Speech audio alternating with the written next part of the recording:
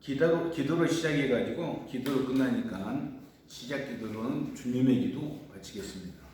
성부와 성자와 성령의 이름으로 아멘.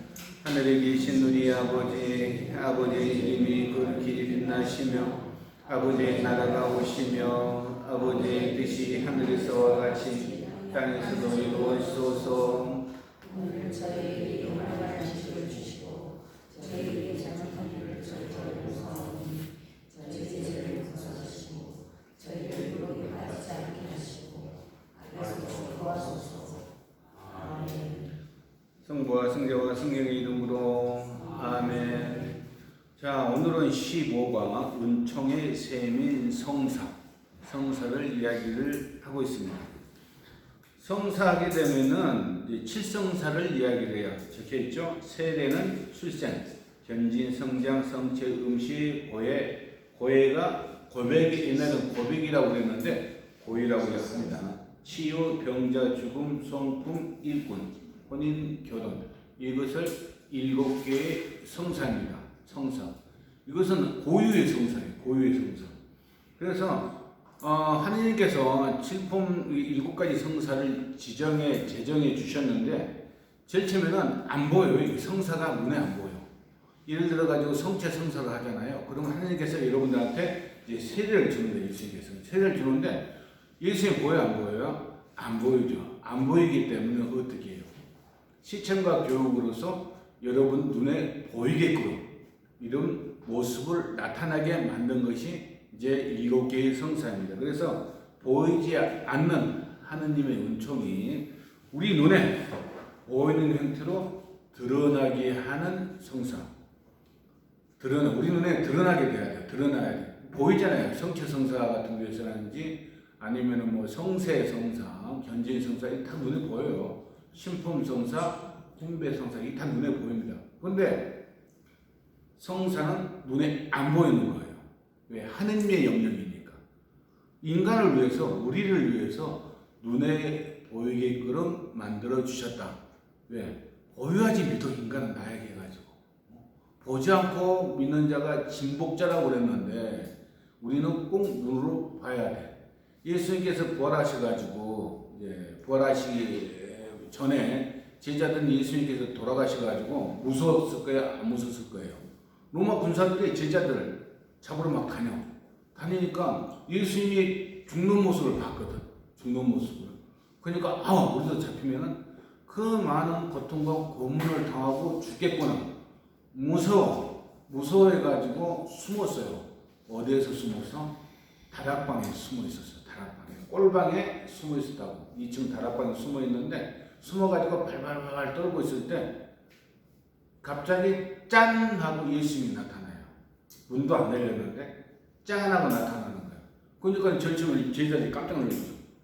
그래서 예수님께서 나다. 왜 숨어만 있느냐. 나를 보고 믿고 따라야지. 그렇게 이야기했는데 그때 당시에서 12제자 중에서 토마스가 없었어요. 11명만 있었던 거예요. 그래가지고 예수님께서 너는 빨리 나가가지고 내 말 전파해. 이렇게 이야기해가지고 이제 예수님이 또 짠 하고 사라진 거예요. 그러니까 제자들은 막 헷갈리는 거죠. 야, 이게 뭐야? 그런데 어쩌거나 내 눈으로 봤으니까 예수님께서 부활을 하셨구나. 그래가지고 이제 복음을 선포하다가 나중에 또 모험이 있는데 그때 당시에 그 참석이 제일 처음 참석하지 않았던 토마스가 참석을 해요. 제자들이 전부 다 야, 우리 예수님 봤어? 예수님 부활했어? 이야기하니까 토마스가 하는 이야기가 뭐냐면은 어떻게 죽은 사람이 부활할 수 있느냐. 내 눈으로 보지 않고 내 손으로 예수님의 옆구리를 찔러보지 않고, 옆구리는 어디에 됐어요? 창에 찔렸잖아요. 창에 찔렸어. 창에 옆구리 찔려가지고 어디까지 들어가냐면 심장까지 콕 찔러가지고. 그리고 예수님의 손과 발에 구멍이 났는데 집어요 보고 그래야지 진짜 부활했다는 것을 믿을 수 있겠다 이야기하니까 어떻게 됐을 것 같아요? 예수님이 또 짠 나타나가지고 성경에 있는 거예요. 성경 말씀은 불변이라고 생각하시면 됩니다. 나타나가지고 토마한테 토마야 내 손에 손을 넣어보고 내 옆구리에 손을 넣어봐라. 그러니까 토마가 깜짝 놀라죠. 손을 여봤을까요? 안 여봤을까요? 안 여보고 그냥 무릎을 딱 꿇는 거야. 믿음이 확 커지는 거야. 그럴 때 믿음이 한순간에 확 커질 수가 있어. 그래가지고 나의 주님, 나의 하느님 이렇게 이야기를 해요. 이야기하니까 예수님께서 아주 중요한 말씀을 하시죠. 도마야, 너는 어찌 보고서만 사야만이 믿느냐? 보지 않고 믿는 자가 진복자니라. 옛날 성경에 한 50년 전의 성경에는 진복자라는 이야기가 나와요. 지금 성경에 진복자가 없어. 진짜 복된 사람이다. 그래서 보지 않고 믿는 자가 진복자다. 우리 예수님 봤어요? 안 봤어요? 안 봤잖아요. 그럼 우리는 예수를 믿어. 그럼 뭐가 돼? 진복자가 되는 것이죠. 진짜 예수님의 제자, 예수님을 사랑하는 사람이 되는 거예요. 그래서 성사는 토마스와 마찬가지로 보이지 않아. 성사 자체가. 근데 사람들이 너무나 약해가지고 토마스처럼 보이는 것을 원해. 이게 우리 이제 얘도 공부를 같이 했으니까 시청각 교육이라고 그러잖아요. 눈으로 봐야 돼. 귀로 들어야 돼. 귀로 들어야 돼. 시청각. 그래서 성사는 보이지 않는 하느님의 은총을 우리들이 너무나 강구하니까 보이는 은총으로 드러나도록 만든 징표이다. 그렇게 이야기를 할 수가 있습니다. 그래서 보이는 거예요. 그래서 보이는 거예요. 징표로 만들어 준 거야. 우리 믿음을 키워주기 위해서.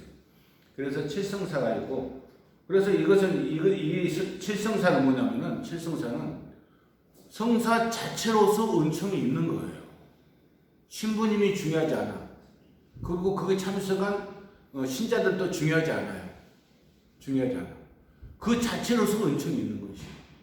그 자체로서. 왜? 예수님께서 직접 미사에 주관하고 계시니까.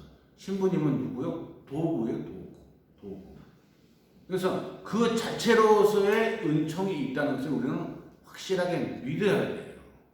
예를 들어가지고 신부님이 어저께 신자들이 막 꼬셔가지고 과음을 해서 새벽 2시, 3시까지 마셨어. 옛날에는 많이 그랬습니다. 옛날에는 나도 막 2시까지 마시고 그랬는데 술 약한 신부님들은 죽을 마시지. 신자들이 또 개인으로 만나는 건 아니잖아요. 한 8명, 한 10명 모시면 다 한 잔씩 줘. 그럼 신부님은 라파엘 받았으니까 다 됐어. 안 받을까? 못 하잖아요. 차별한다고 또 그냥 삐져. 신자들이 이래 소다머리가 그래가지고 다 받아가면 술을 엄청 먹게 돼. 그럼 아침에 미사 드리려면 보통 6시에 미사 드리거든요. 5시에 일어나야 돼. 얼마나 힘들겠어. 술도 안 깨. 해롱해롱 돼. 그러면서 미사를 드려요. 그러면 내가 술도 나도 먹고 이제 참석했어.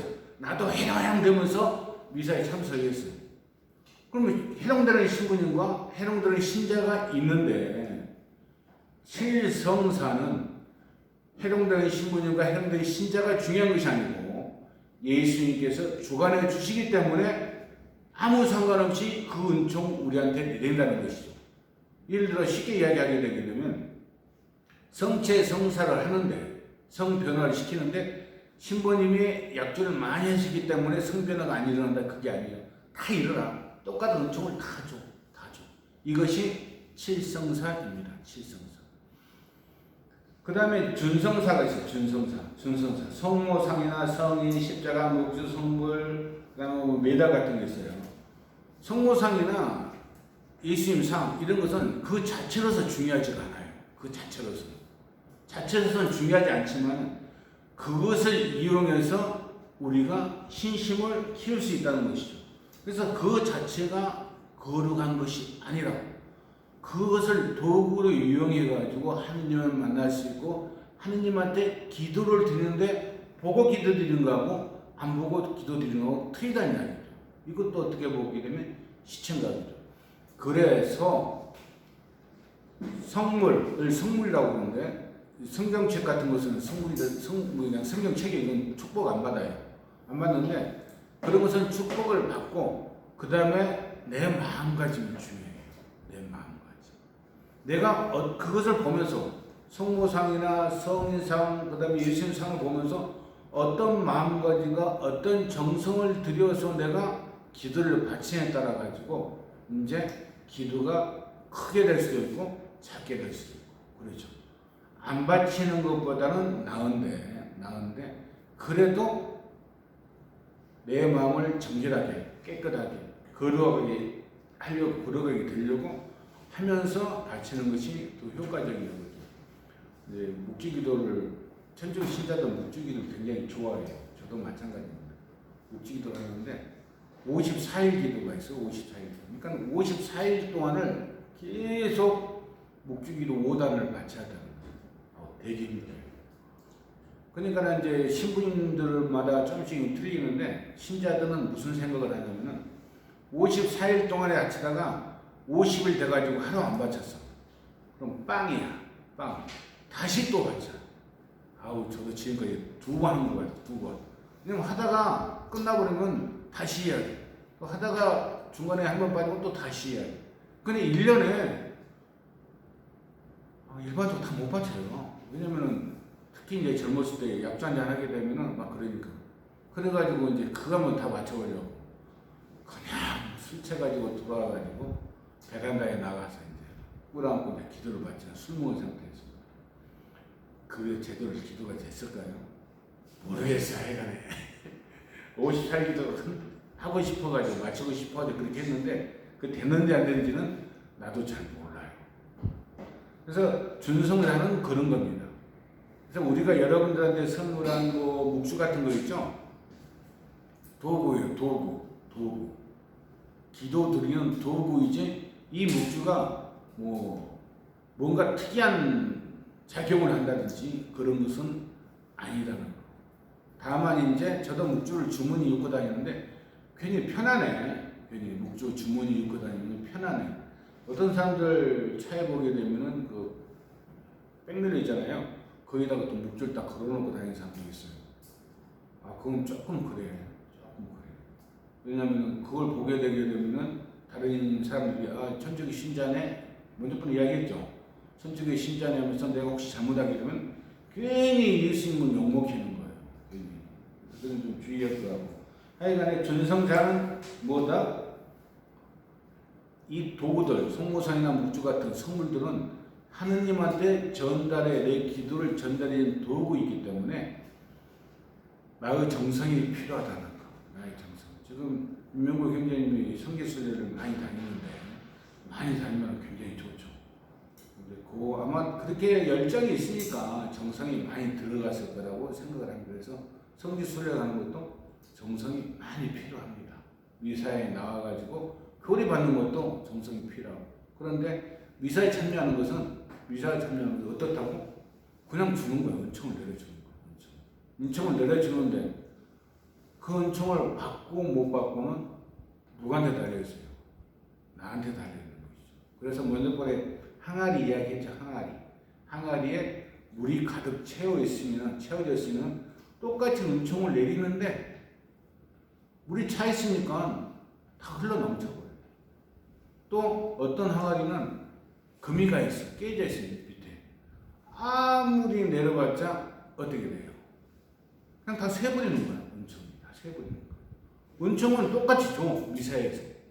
어떤 사람은 또 항아리를 거꾸로 딱 뒤집어 놨어. 그럼 항아리 안에 들어가야 안 들어가요? 은총이. 안 들어가죠. 근데 그 모든 것은 이제 우리가 조금은 신경을 써야 된다. 은총은 어떻게 된다? 똑같이 내리는데 받고 안 받고는 나한테 또한 달려있다. 그래서 은총은 칠성사는 무조건 뭐다? 그냥 공짜로 주는 하느님의 은총이라 생각하시면 된다는 것. 성사는 칠성사를 이야기해요. 준성사는 성물을 이야기한다고 생각하는데 이 성물들은 뭐다? 도구다. 하느님한테 만나기 위한 도구, 기도하기 위한 도구. 그리고 하느님을 성모상을 보든지 예수님 상을 보든지 그 본모를 해가지고 내 마음가짐을 새롭게 할 수 있다는 거. 그렇게 생각을 하셔야 되고 그것은 나의 정성이 달려있다. 그 다음에 사효성이 있습니다. 사효성과 인효성이 있는데 사효성은 칠성사예요. 칠성사. 좀 더 다 이야기했습니다. 그 의식 자체로서의 충분한 은총을 받을 수 있다는 거. 그 다음 이 녀석은 준성사에 해당됩니다. 준성사이기 때문에 뭐가 필요하다?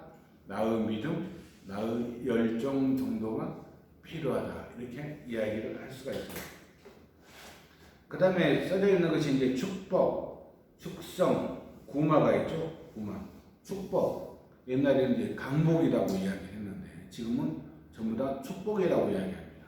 그래서 이것은 개인 용도라고 생각하면 돼요. 예를 들어서 어떤 사람이 가게를 차렸다. 그러면 신부님 초청해가지고 미사를 드리면서 축복을 받습니다. 여러분들이 이제 십자가상 묵조 받기려면 신부님한테 축복을 해달라고 이야기해요. 그럼 신부님 기도드리면서 축복을 해줘. 그렇게 되면 축복하는 의미는 뭐냐면 깨끗해진다는 거. 하느님 도구가 깨끗해진다는 거. 깨끗한 거하고 더러운 거하고 차이점이 있겠죠. 그래서 깨끗한 것을 가지고 하느님한테 내가 기도를 드린다는 거. 그래서 축복은 뭐냐면은 하느님께 기도드릴 행복과 은총을 함께하기를 간청하고 기원하는 거예요. 이것은 누구 거다? 개인 소유자 것이다. 그래서 사람, 여러분들 안수 받았죠? 입교시 갈 때 안수, 또 미사 드릴 때 안수 받잖아요. 이거 축복받는 거예요. 축복을 해주는 거예요. 신부님 혼자서 쫑알쫑알쫑알서 하잖아요. 그냥 축복해 주는 거예요, 여러분들한테. 그 은총을 받는 거예요. 받는 거. 여러분들이 만약에 세례를 안 받았잖아요. 안 받았는데 아파 누가 남편분 아프잖아요. 그렇게 되면은 머리라든지 손을 잡고 축복을 해줘. 빨리 낫게 주라. 나의 정성을 바치는 거예요. 그러면 남편분은 덜 외로워. 왜? 아, 나를 위해서 사랑하는 부인이 기도를 해주는구나. 그게 축복입니다. 어려운 거 아니에요. 애들 아플 때, 특히 엄마들, 애들 아플 때 축복을 해줘. 축복할 때 이제 보통 머리에다가 해주죠. 그럼 머리에다가 손을 올리고 기도를 해주는 거야. 기도 되게 어렵게 생각들 많이 하는데, 물론 나도 옛날에 어렵게 많이 생각했죠. 그냥 내 마음을 이야기해 주면 되는 거야. 내 마음. 아이고, 우리 누구누구 너무 아파가지고 엄마가 속상한데 하나님 어떻게 빨리 나을 수 있는 도움을 주십시오. 뭐 간단하게 이야기하면 되는 거예요. 그러니까 나의 정성을 말로 표현하는데 애기가 들을 수 있으면 더욱더 좋고 좀 쑥스럽다면 내 마음속으로 이렇게 해가지고 나는 이마에 머리다 할 때 제일 좋은 것이 따뜻해. 그거 신부님 머리 대주니까 따뜻할 수밖에 없죠. 따뜻해져. 그래서 그런 것이 참 좋고 그것이 축복이라고 이야기를 합니다. 그래서 뭐 어떤 사람은 집 샀을 때 집을 샀다, 뭐 자동차 샀다, 그러면 전부 다 축복을 합니다. 축복을 하고. 뭐 이야기했죠. 선물, 도구 같은 거 이런 것도 축복을 해주는 겁니다. 축성에서 공적 용도예요. 공적 용도. 공적으로 하나님한테 봉헌을 하는 거예요. 봉헌하는 거예요. 그러니까 뭐가 있을까요? 성당 짓게 되게 되면 축성을 해요. 축성. 그리고 성당 짓기 전에 이 땅 있잖아요. 땅. 27년 전에 이 땅에다가도 짓기 전에 주교님이 오셔가지고 축성을 합니다. 땅에다 대지에다도 축성을 해요. 그러니까 또 신부님들이 이제 신품을 받을 때 그때도 축성을 하는데 그때는 축성보다는 칠품 성사에서 신품 성사를 받는다 이렇게 이야기하고 수도자들, 수녀님이나 수사님들 이런 분들은 종신호원이라고 있어요. 종신호원 단기가 많이 있습니다. 3년 단계, 5년 단계, 10년 단계. 10년 단계가 되게 되면 종신호원을 해요. 내가 하나님한테 나 모든 것을 바치겠다. 평생 바치겠다. 종신호원할 때 이때도 이제 축성을 해주는 것이요. 주교님이나 아니면 장상, 그 수녀원의 최고 높은 사람 이런 사람들이 이제 축성을 해주게 됩니다. 그래서 여러분들도 집에 가서 그런 기도를 많이 하세요. 어렵다고 생각하지 말고 내 애들을 위해서, 손녀를 위해서, 혼자를 위해서 이렇게 기도해 주게 되게 되면 굉장히 좋습니다. 김영애 자매님이나 남편분, 우리가 기도를 했잖아요. 이게 축성이에요. 이게 축성. 그러니까 기도를 같이 한다고 생각하게 되면 됩니다. 그래서 미사 드릴 때 여러 가지 그릇듯이 많이 있잖아요. 성반, 성자 그런 게 있는데 그것을 제구라고 합니다. 이것들도 전부 다 축성을 한다. 구마는 이제 마귀를 쫓아내는 거예요. 마귀를. 그래서 교회가 사람이나 물건을 마귀의 세력으로부터 보호하고 마귀의 지배력에서 벗어나도록 하는 것이 이제 구마라고 부르고 그 기도를 구마 기도라고 이야기를 합니다. 평신도도 할 수 있어요. 근데 보편적으로는 평신도 구마기도 하지 말라고 해요. 왜냐하면 성경을 보게 되게 되면 이제 구마 기도를 해가지고 귀신 나가게 되게 되면은 혼자나 두 명이나 세 개의 귀신이 나갔잖아요. 그러면 그 귀신이 나갔다가 다시 군단을 데리고 들어온다고 그랬어요. 군단을 데리고. 그러면 잘못하게 되면 나도 피해를 받을 수가 있죠.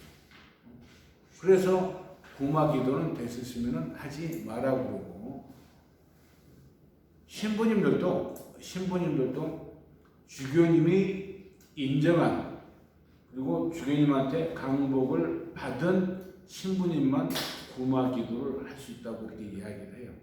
그래서 귀신 있나 없나? 귀신 있어요 없어요? 있어요 없어요? 가톨릭에는 있다고 이야기를 하고 있습니다. 가톨릭에서는 있다고 이야기를 하고 그래서 로마 교황청에서는 옛날에 한 10년 전에 200명의 구마 사제를 키웠어요. 따로. 그 교육을 받고 있다고 제가 이야기를 들었습니다. 그래서 귀신이 있다고 생각하고 우리가 이제 예수님 시대에서는 이제 의료 같은 것이 잘 안 됐잖아요. 그러니까 예수님께서는 다 병 낫게 해줘. 병 낫게 막 해줘. 뭐 가톨릭 신자가 병에 걸렸다? 그럼 어떻게 해야 돼?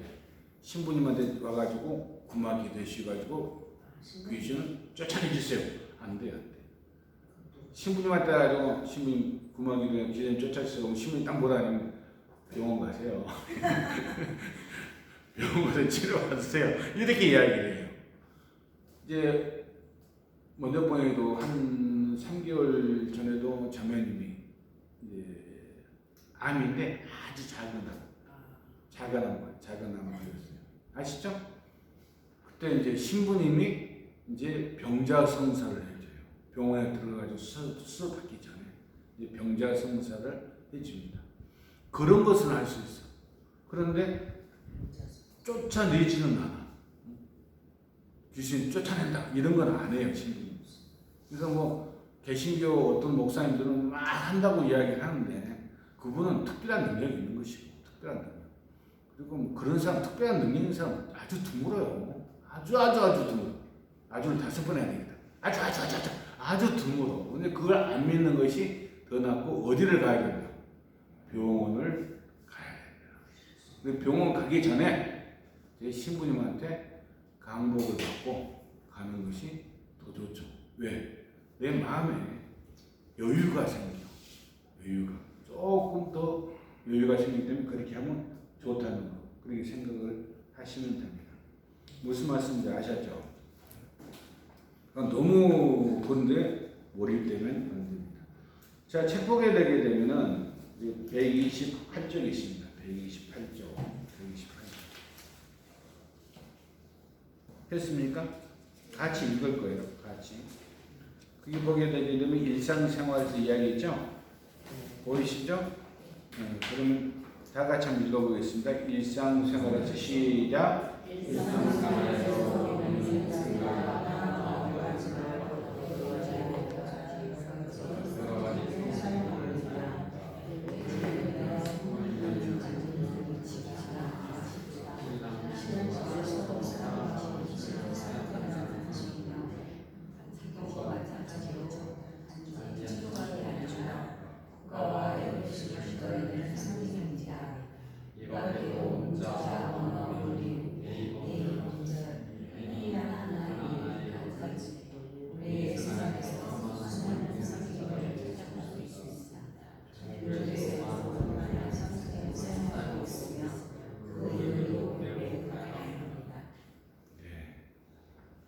일치가 안 됐어. 다 따로따로 읽어. 크게 읽으세요. 합쳐가지고 조금씩 읽을 때에도 다른 사람이 크게 이야기해야지 내가 이야기가 들리잖아요. 그래야 내가 맞출 수가 있어. 그렇지 않으면 나만 쭉 이렇게 쭉 작은 목소리가 그러면 서로 맞지가 않아요. 이것이 일치가 됐다고 이야기를 할 수가 있죠. 그래서 여기서 마찬가지예요. 상징이 굉장히 중요하다고 이야기를 하고 있습니다. 사람들이 이제 뭔가 보여주기를 원하죠. 지금까지 좀 전까지 한 것은 시부가 전체적인 맥락을 이야기를 한 것입니다. 그래서 성당 처음에 왔을 때 어려운 점은 뭐예요? 예식을 몰라. 예식. 여러 가지 격식이 있어. 근데 여러 가지 격식이나 예식은 상징하는 게 있어요. 상징하는 게. 앉았을 때 어떻고, 꿇었을 때 어떻고, 뭐가 이랬을 때 어떻게 상징하는 게 있습니다. 이런 것을 모르기 때문에 제체는 굉장히 어렵죠. 지금도 이제 어려워하신 분이 계실 거예요. 그래서 미사는 자꾸 참석을 해야 되고, 그 다음에 신부님이 읽어놓은 거, 속으로, 한 1초 늦게 내가 속으로 신부님이 말하는 것을 속으로 따라할 수 있어요. 예를 들어가지고 복음을 신작 올라가 복음 하잖아요. 독서 하잖아요. 독서하게 되게 되면 독서도 내가 속으로 따라 할 수가 있어요. 좋은 게 뭐냐면은 집중력이 엄청나게 향상돼. 치매 예방에 도움이 돼. 치매 예방에. 왜냐면 그분이 독서한 것을 그 내용을 들으면서 내가 속으로 쫑글쫑글 해야 되고 그 다음에 그 사람이 또 지나갈 거 아니에요. 그걸 다 기억을 하고 또 속으로 쫑글쫑글 해야 돼. 그래서 내 속으로 의미를 찾을 수가 있어. 이걸 잘 이야기를 했어요. 지금까지 그걸 지켰으면 기도문을 많이 외웠을 겁니다. 사도신경부터 이거 기도문이 엄청 많아. 기본적으로 하는 기도문이 많이 있어요. 그걸 많이 외웠을 거예요. 그거 안 했으니까 안 하면은 이제 외우기가 굉장히 힘든 것이죠. 그래서 이제 여러 가지 상징이 있고, 그 다음에 우리가 격식이나 형식이라고 얘기했죠. 그거 다 의미가 있다고 그랬잖아요. 여러분들 결혼할 때 결혼 반지 받았어요? 안 받았어요? 받았잖아요. 그거 다 의미가 있는 거예요. 그래서 어떤 일이 벌어지더라도 결혼 반지는 내가 간직하고 싶어 하는 거예요. 간직하고 싶어. 안 없어. 애들 약품 반지. 아이씨. 한 50개 그냥 팔아먹었네. 금모으기 할 때, 막 내는 거야. 막 이렇게 해가지고. 그래서 나도 다 냈죠. 근데 좀 상징적인 의미가 있다가지고 2개인가 3개인가 있을 거예요. 큰 애도 있고 작은 애도 있는데 나머지는 그때는 김대중 대통령한테 깜빡 속아가지고 속은 것이 아니지. 감명을 받아가지고 다 이렇게 하죠. 다 이렇게 내놔가지고 하는데 뭐 공짜로 준 거 아니니까 돈은 돈대로 다 받으니까 그때 수원했던 것이 뭐가 수원했냐? 금방진 목걸이 막 많이 나왔는데 금괴가 나왔어. 금괴가. 그래서 참 대한민국을 살리는 사람은 서민층이다. 금괴는 누가 가지고 있을까요? 돈 많은 사람들이 가지고 있는. 그러면 자기들은 좀 내놔야지. 서민들이 그렇게 해가지고 막 그때는 달러가 없었으니까. 달러가 세계적인 돈이니까. 달러가 없었으니까 달러를 살려면은 금이 있어야 돼요. 금이. 우리가 달러를 얼마큼 이렇게 사잖아요. 그러면 그만큼 금을 보관해 놔야 돼. 그러다 보니까 금이 왕창 필요하잖아요. 그래서 지금 이제 서류상으로 해가지고 금으로 해가지고 이제 맡겨놓은. 그래서 어느 정도 금은 항상 우리나라에서 보관을 해놔야 돼. 그런데 서민들은 큰 나라 망했다 해가지고 막 살리려고 막 하는데 이 부자 이분들은 그냥 금괴 그냥 딱 해가지고 IMF가 좋아. 물가도 싸고 여행도 많이 다닐 수도 있고 얼마나 천지 몰라. 나 이런 사람 봤어요. 술 한잔 먹고 성당 사람인데 괜찮은 사람이야. 근데 술 먹은 다음에 술 치니까 그 이야기 하더라. IMF 괜찮아. 그러더라고요. 속으로. 그때 내가 어렸으니까 30대고 그 사람은 60대니까 뭐라고는 못하지만 속으로 참 큰일이다. 성당 사람도 이러는데. 그래서 성당 사람을 100% 좋게 보지 마세요. 100%. 왜? 사람이라니까요. 사람. 저도 사람이에요. 그래서 제일 처음에 내가 이야기했을 걸 사탄이 캬바레에 많이 있겠어요? 성당에 많이 있겠어요? 기억나세요? 안 나세요? 성당에 많이 있겠어요? 캬바레에 많이 있겠어요? 성당에 많이 있어. 왜? 캬바레는 갈 필요가 없어. 갈 필요가. 그래가지고 막 그 머리 해가지고 막 나쁜 길 빠지게 만들 필요가 없어. 그래서 성당에 착한 사람들이 많이 있습니다.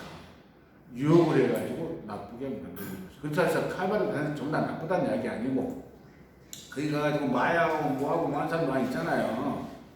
그런 사람들 이야기하는 것이. 그래서 성당에서는 그런 사탄의 유혹이 너무 많이 있다. 그래서 사람을 보지 말고 하느님을 봐야 된다. 그걸 진짜 강조하고 싶습니다. 어떤 분은 세례받고 질치면 대부하고 사이가 좋고 대모하고 사이가 좋았어. 근데 조금씩 틀어지다 보게 되면 먼저 그냥 한번 확 틀어지거든요. 조금 서운해 이게 있어요. 갑자기 확 나빠지는 분위기가 아니야. 보통 사람들 보면은 자기 대모하고 사이가 멀어져가지고 성당 안 나오는 거예요.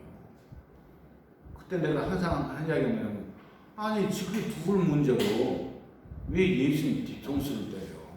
예수님이 뭐 그렇게 하라고 그랬어요? 그런 이야기 안 했잖아요. 둘이 안 좋아가지고 또 신부님하고 마음에 안 맞는다고, 수녀님하고 마음에 안 맞는다고 성당 안 나오고, 예수님 뭐라고 이야기한 건 하나도 없잖아요. 근데 왜 예수님을 뒤통수를 때려? 때리려면 그냥 대입을 때리든지 신자를 때리든지 이렇게 해야지. 성당 안 나오는 것은 예수님의 뒤통수를 때리는 겁니다. 그래서 다시 돌아가가지고 결혼식, 입학식, 졸업식, 그 다음에 약혼 반지, 그 다음에 연애 편지 같은 거, 이런 것을 딱 정표라고 이야기합니다. 그래서 예수님께서 우리한테 정표를 남겨놓은 것이 칠성사예요. 오히려 그럼 만들어 놓은 것이. 그래서 정표는 성사가 이렇게 이야기를 합니다. 성사는 보인다 안 보인다? 안 보인다. 보이지 않는 것을 보이게 만든 것이 정표이라고 생각을 하고, 보통 이거 많이 하잖아요. 요거 많이 하죠. 이거 무슨 뜻이에요? 하트잖아요. 하트. 사랑한다는 그런 뜻이야. 그래서 그렇게 해가지고 이랬더니 뭐 진짜 사랑한다는 그 뜻이 아니고 그냥 반갑다는 그런 뜻이지. 또 자기한테 이렇게 했다니, 저 사람 나 사랑한다. 이런 사람 없겠죠? 없어. 하여간 그런 사람이 있어요. 나한테도 이렇게 하는 사람이 있어. 선생님 중에서도 감사합니다 이래 있어. 이걸 감사하는 것이지. 나 사랑해. 아니잖아요. 이거 오해하면 절대 안 됩니다. 그래서 내가 선생님들과 가끔 이야기해요. 나이 먹은 사람들한테도 젊은 여자가 나이 먹은 남자 좋아한다, 사랑한다 이야기하게 되게 되면 무슨 뜻이에요 그것이? 진짜가 아니란 이야기지. 그래서 200원이가 50살 넘었을 거 사랑한다고 이야기하게 되면 괜찮아. 잘생겼으니까. 그럴 수 있어.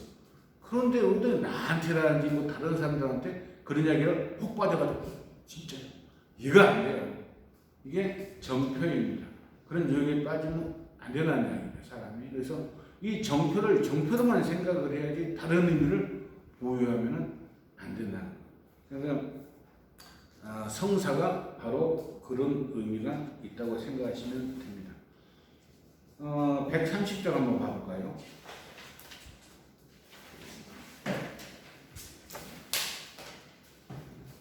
예수 그리스도께서는 하느님의 성사이다. 예수 그리스도께서는 하느님의 성사이다. 다 같이 한번 읽어볼까요? 시작. 인간은 하느님을 직접 볼 수 없습니다. 하나님께서는 우주 만물을 인간을 만지시고 그리고 직접적으로 이스라엘 민족을 통하여 당신을 드러내 보셨지만 인간은 하나님과 그분의 사랑을 쉽게 깨닫지 못하였습니다. 그래서 하나님께서는 당신의 아들인 예수 그리스도를 세상에 내주시자. 예수 그리스도께서는 일단과 만지고 뱉으시고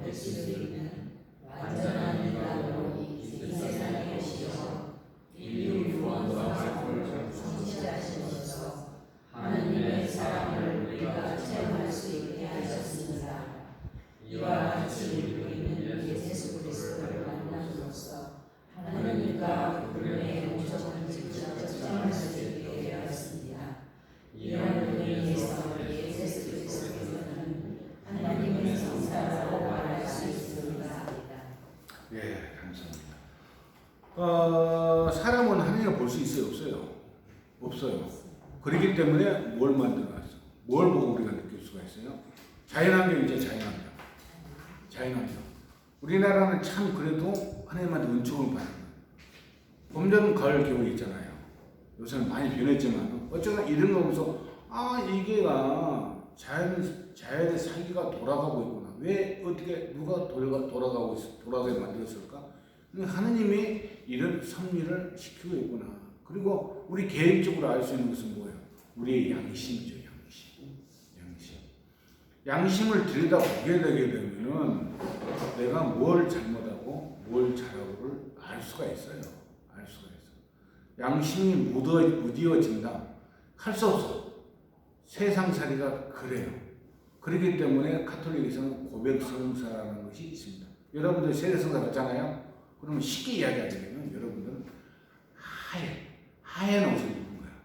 하얀 옷. 세례성사를 받으면 가지고 완전히 깨끗해지는 순백색의 하얀 사람이 되는 거예요. 세상 속에 들어가. 그러면 세상의 물질물명에서 막 뒤집히고 사람과 뒤집히다 보니까 쉽게 이야기하게 되면 하얀 옷을 입고 비 오는 날 밖에 나가. 진흙탕에 막 걸어가. 그러니까 어떻게 되겠어? 옷이 다 몽돼버리겠죠. 제일 처음에는 살짝 흙탕물에 튀었어. 빨아야 되겠다. 빨아. 근데 두 번, 세 번 튀고 어떻게 하다 보게 되게 되면은 에이씨, 이왕에 버리면 그냥 가. 그냥 막 가는 거야. 막. 저 학교 다닐 때도 저는 이제 교복 입고 다녔어요. 교복. 집에 몰았어요. 집에. 비 오는 날 우산 안 갖고 오게 되면 모자가 있으니까 걸어가. 버스 탈 때까지. 걸어갔다가 진짜 다 젖어요. 속옷까지. 에이씨, 그냥 걸어가 집에까지. 근데 그렇게 걸어간 나는 이유가 있어요. 기분이 좋아. 우두두두 하고 막 교복이 두껍잖아요. 옛날 교복은. 되게 안 좋아, 감이. 쭉 들으면서 그런 게 있어. 저는 집중력이 너무 좋습니다. 옛날에 그렇게 걸어가다가 어떻게 됐을까? 저 모자보다 부딪혔어. 와, 죽는 줄 알았네. 막 다른 생각을 하다가 그냥 발이 로봇이야. 직관은 길 막 발은 지대로 가고 머리는 다른 생각을 하다가 그냥 전부 됐어. 그것도 돌로 된 거 있잖아요. 부딪혀가지고 2, 3대 튀어 나온 것 같아. 와, 창피하기도 하고 아프기도 하고. 그래서 다 사람들이 있는데 아프다는 이야기보다 얼른 지금 막 가는데 속으로 진짜 아프더라고. 나 그때 처음 알았어요. 별 보인다는 거. 별이면 진짜 보여. 막 번쩍번쩍 해가지고. 집중력이 그렇게 옛날에 좋았습니다. 너무 혼났어. 진짜 엄청 혼났어요. 그래서 이 사물이라는 이 양심을 통해 가지고 하나님을 볼 수가 있는데, 그래도 사람들이 별을 막 자꾸 보니까 번쩍번쩍하고 안 믿는 거야. 안 믿으니까 뭘 했어요?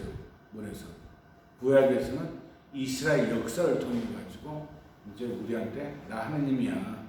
나는 이런 일을 할 수 있어. 가르쳐줘요. 이스라엘 역사를 보게 되게 되면 무슨 의미가 있냐면, 카톨릭에서 가장 간단한 의미는 이스라엘의 하나님 말씀을 잘 듣게 되면 흥하고 하나님 말씀을 잘 안 듣게 되면 망한다. 이거예요. 우리가 이스라엘 역사를 배우자는 의미가 아니고 그 역사 흐름을 쭉 보게 되게 되면 신앙으로서 하나님의 말씀을 들을 때 이스라엘 흥했고 안 들을 때 망했다. 그러면 우리는 어떻게 되냐? 이걸 되돌아보자는 그런 의미에서의 이스라엘 역사를 우리가 보는 것이지, 우리나라 역사 공부하기 힘든데 뭐하러 이스라엘 역사까지 공부할 필요가 뭐가 있어요?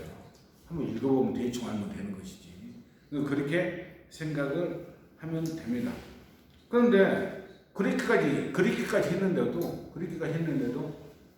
이 사람들이 왔다리 갔다리 하는 거야. 어쨌든 말 잘 듣다, 어쨌든 말 안 들었다. 무슨 말 안 들어. 그러니까 이스라엘이 망했잖아요. 쫄딱 망했어요. 아니 멸망했어요. 쉽게 이야기하게 되게 됩니다. 여러분 뿔뿔이 다 흩어졌잖아요. 이스라엘 사람들이. 유대인이 다 흩어졌어요. 그래가지고 정 안 돼서 이제 누구를 보냈어? 예수님을 보냈어요. 예수님. 설마 내 아들까지 해코지 안 하겠지 하면서 예수님을 보냈습니다. 그러면 예수님을 보냈다는 것은 무슨 뜻이에요? 나의 모든 것을 줬다는 이야기죠. 나의 모든 것, 하나님의 모든 것을 줬어. 누구한테? 인간한테 줬어요. 그러니까 예수를 버무려 놔가지고 나를 봐라. 그런 의미가 있다는 말입니다. 그래서 여기서 이야기하는 대로 예수 그리스도께서는 하나님의 성상이다. 예수님을 버무려 놔가지고 이제 하나님을 본 것이다. 요한복음 14장 9절 보게 되면 나를 본 사람은 곧 아버지를 본 것이다. 요한복음 14장 9절에 있습니다. 그래서 우리는 예수님을 보고 하나님을 이제 또 찾아야 돼요. 그런데 지금 예수님이 계시 안 계셔요? 안 계시잖아요. 안 계시면 어떻게 해야 돼요? 어떻게 해야 돼요? 예수님께서 성천하신 후 만들어 놓은 것이 뭡니까? 교회예요. 교회. 12 제자들을 통해서 교회를 만들었습니다. 그 중에서 초대 교양이 누구다고 이야기했죠? 베드로. 잊어버리면 안 돼요. 여러분들 이거 모르면 나중에 나 욕먹습니다. 교리를 어떻게 가르치길래 베들레헴도 모르고 나자렛도 모르고 초대 교황도 모르고 말이야. 선생님이 그러면 되겠어? 안 돼요. 진짜 행가를 못 먹어. 묵주기도도 모르고 말이야. 도대체 선생님이 뭐 하는 거야? 이런 얘기 들으면 안 돼요. 초대 교황이 베드로입니다. 베드로를 시몬, 원래 이름이 시몬이야, 시몬.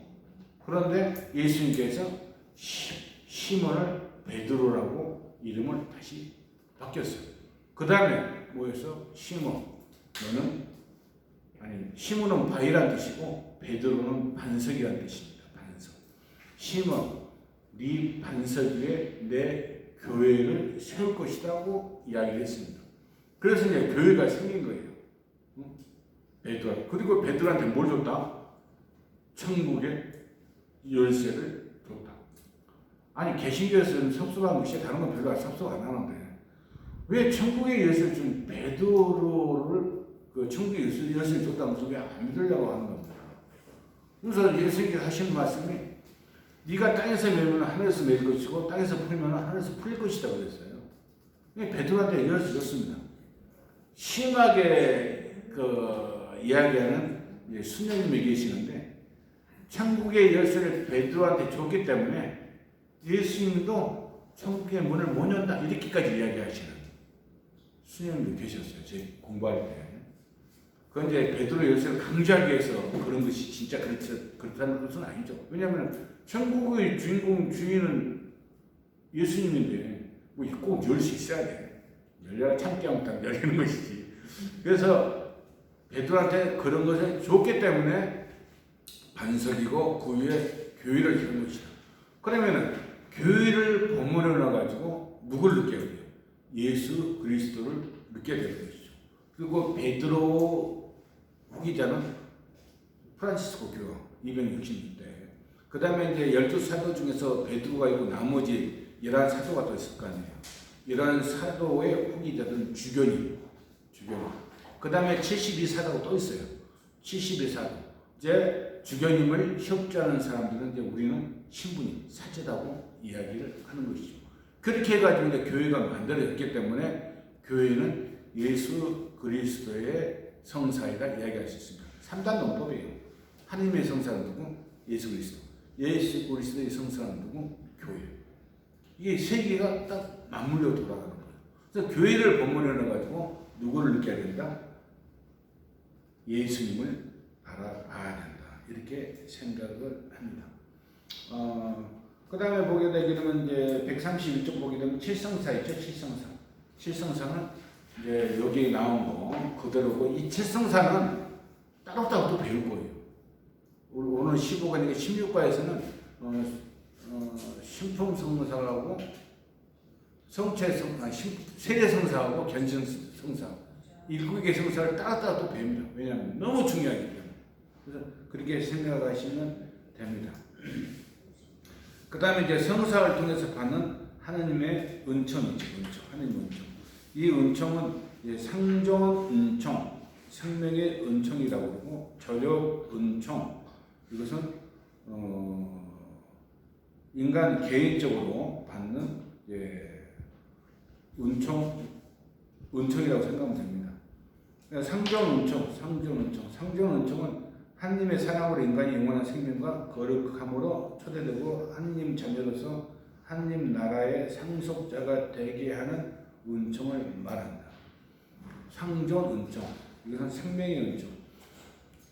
여러분들한테 자식이 있고 손자, 손녀가 있을 거 아니에요. 이 생명을 준 사람이 하나님이지만 육체적으로 볼 때는 여러분들이잖아요.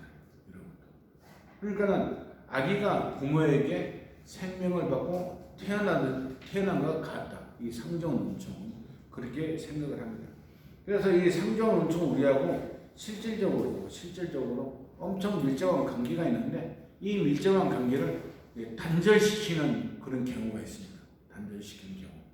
하나님한테 은총 받지 못하는 거야. 그리고 나 스스로 하나님하고 멀어지는 거야. 그러면 구원을 받아요, 못 받아요? 못 받죠. 은총도 못 받고. 그럴 때는 뭐냐면 냉담이라고 합니다. 교회를 떠나는 거야. 교회를 떠나게 되게 되면 하나님의 사랑을 받지 못하고 이제 잘못하게 되게 되면 영혼의 구원도 얻지 못하는 것이죠. 근데 이것을 만약에 이대로 놔둘 수는 없잖아요. 놔둘 수 없기 때문에 이것은 이제 다시 고해성사를 통해 가지고 다시 불러드립니다. 7성사 중에서 고해성사가 있어요. 자유의지에서 떠나는 거예요. 자유의지에서 아무리 핍박을 받더라도 내가 내 마음속에 내 의지에서 나는 안 떠나가야겠다면 안 떠나는 거예요. 그래서 인간한테는 하나님께서 무엇을 줬다? 자유의지를 줬다. 그렇게 생각하시면 됩니다. 그 다음에 저력 은총은 도움의 은총이라고 이야기를 하는데 이제 아기가 태어났잖아요. 아기가 태어나기만 하면은 뭐예요? 상존 은총을 받아가지고 아기가 태어난 것과 같다고 이야기했기 때문에 저력 은총은 아기가 부모의 도움을 받아 성장하는 것. 이것은 저력 은총이라고 이야기를 합니다. 도움의 은총, 상존 은총은 내 안에 항상 머물러 있어요. 근데 저력 은총, 도움의 은총은 항상 머물러 있는 것이 아닙니다. 우리 자유의지를 해가지고 멀어질 때가 있고 가까워질 때가 있고 사람의 유반자예요. 여러분들도 오늘 나오고 쉴 수도 있잖아요. 제일 힘들어. 교리 시간 나오라 하게 되면 제일 힘들어. 왜? 옛날에는 그랬어요. 옛날에는 꼭 교리 시간 나올 때 TV에서 연속으로 아주 그냥 기막히게 유혹을 해. 기막히게. 요새는 좀 안 그런다. 잘 모르겠어요. 옛날에는 진짜 그 아침에 엄마들 연속극 보느라고 교리에 다 준비해놓고 다 성강을 준비해놓고 그게 빨려가지고 막 있다가 느끼고 막 옛날에는 그랬어요. 지금은 좀 덜하는 것 같아요. 그래서 이것이 자유의지입니다. 성당에 가려는 의지가 충만해. 옷을 다 입었으니까. 제 집사람이 그랬습니다. 제 집사람은 그런 그 개념이 아니고 성당 가려고 1시간 전부터 옷 입고 있어. 그럼 내가 이들이 빨리 지금 갈 거야. 그러면 미리 준비해가지고 다 입고 화장 다 하고 다 입고 막 그러고 있어. 나는 덩달아 바빠. 덩달아. 근데 그렇게 준비를 해요. 이게 자유의지라고 생각을 할 수가 있습니다. 무슨 말씀인지 아시겠죠? 여러분들한테 마지막으로 이제 전례를 요거 있죠, 이거는 아셔야 돼요. 전례를 보게 되면 교회 단력입니다. 교회 단력. 여기서 이제 쭉 훑어보시고 대림 제1주일 제일 밑에 보게 되면 대림 제1주일 있죠? 저 자료.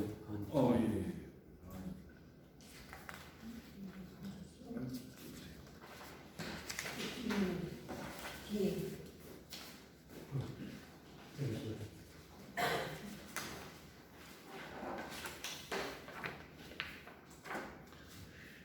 얘가 없네. 어쨌거나 여기가 보게 되게 되면은 대림 일주일이 있고 뭐라고 써져 있죠 거기에? 11월 30일. 가까운주의. 그거 한번 쭉 읽어보세요. 읽어보고 제일 중요한 것이 뭐냐면 시기예요. 시기. 대림 시기, 성탄 시기, 사순 시기, 구할 시기, 연중 시기 이렇게 있습니다. 시기.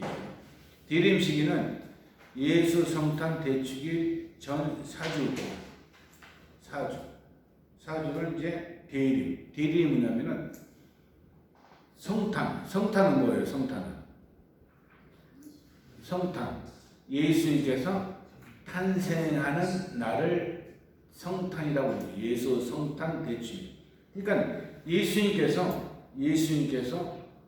탄생하기 거꾸로 가가지고 사주. 그것은 대림이라는 거예요. 대림은 이제 기다린다는 뜻을 가지고 있어요. 그래서 대림시기. 그 또한 시계표에서 다 나와있죠. 대림시기라고. 성탄시기는 예수님 탄생을 경축하는 시기. 그래서 12월 25일부터 주님 세례 축일까지를 성탄시기라고 이야기를 합니다. 사순시기 제2수요일부터 성목요일 주님 만찬 저녁미사까지를 이제 사순시기라고 이야기를 하고 약 6주간이에요. 6주간인데 사수니까 사는 뭐예요? 사자를 뜻하는 것은 아랍의 순은 뭐예요? 순은 10을 뜻해요. 그래서 사순하게 되면 40일을 뜻합니다. 거기 책에 아마 나와 있을 거예요. 나와 있죠? 아니 책이 아니고 유인물이에요. 사순식이 안 나와 있습니까? 나와 있죠. 그래서 이거 40일인데 그 계산을 어떻게 하냐면은 6주간이기 때문에 6 곱하기 7하게 되면은 며칠이에요? 42일이죠. 42일. 거기에서 주일은 그러니까 일요일은 빼야 돼요. 일요일은 부활이나 똑같아. 그렇기 때문에 사순에서 빼요. 그래서 6일을 뺍니다. 6일을 빼요. 6일을 빼면 몇이죠? 36일이죠? 36. 그 다음에 제2수요일이 있어요. 제2수요일. 수요일이죠. 여기 보세요. 수, 목, 금, 토. 그래서 4일을 더합니다. 4일을 더하게 되면 40일이 되는 것이죠. 그래서 사순식이라고 이야기합니다. 제2수요일부터 성목요일 주님 만찬 저녁까지 저녁 미사까지 부활시기 보이시죠?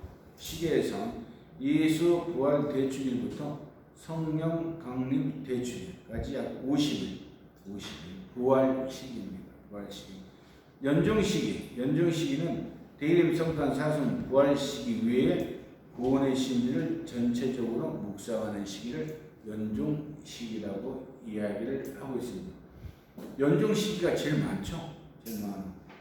우리 보통 보게 되게 되면은 이제 성탄을 굉장히 크게 생각하죠. 성탄을 굉장히 크게 생각하는데 어떤 개신교에서는 성탄 날짜 12월 25일을 가지고 예수님이 꼭 12월 25일에 태어나냐 안 태어나냐 이걸 나한테 따지면서 하고 있어요. 그거 따지는 거 신경 쓰지 마세요.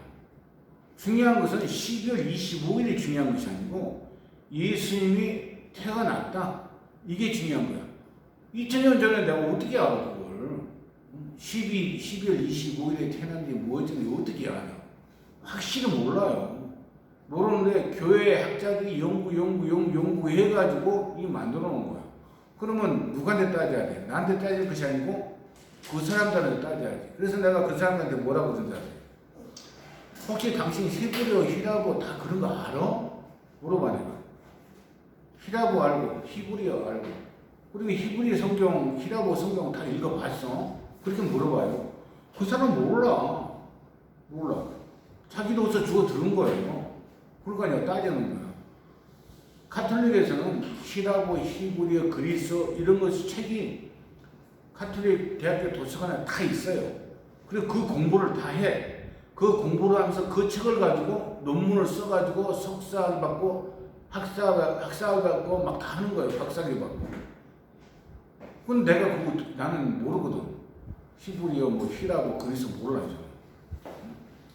그러니까 그걸 너무나 심각하게 생각하지 말고 그것은 학자들한테 맡길 일이고 12월 25일 뭐 태양절 어쩌고 막 하는 사람이 있어요. 나도 그 정도는 다 알지. 그건 중요하지 않다는 거예요. 성탄도 중요하지만 더 중요한 것은 뭐다 그랬죠? 부활이에요. 부활. 예수님께서 부활을 안 하셨다. 그렇게 되면 2000년 동안 카톨릭이 존재할 이유가 없어요. 존재할 이유가 없는 것이 아니라 존재할 수가 없어. 존재할 수가. 예수님이 태어나가지고 돌아가셨잖아요. 33살. 돌아가셨으면 그걸로 해가지고 끼게 봤자만 20, 30년, 30, 40년, 5, 60년 카톨릭이 그 예수 그리스도교가 존재할을랑은 모르겠지만은 2000년 동안 존재하기가 힘들었다. 그래서 보통 신학자들, 카톨릭 신학자가 아니고 전 세계에 있는 모든 종파의 신학자들이 새로운 종교가 생겨요. 새로운 종교가.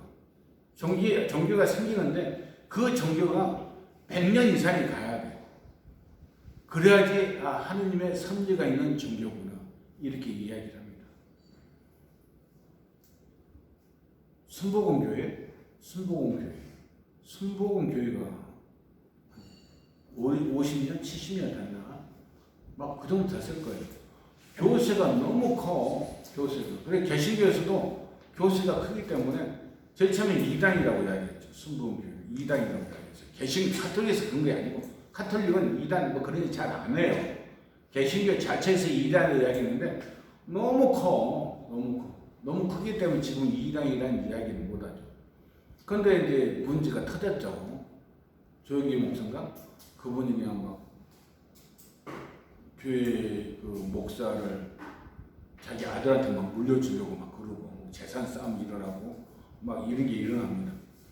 그러니까 이 교회도 100년이 돼야지만이 하나님의 섭리가 있다 이렇게 이야기할 수가 있을 것 같아요.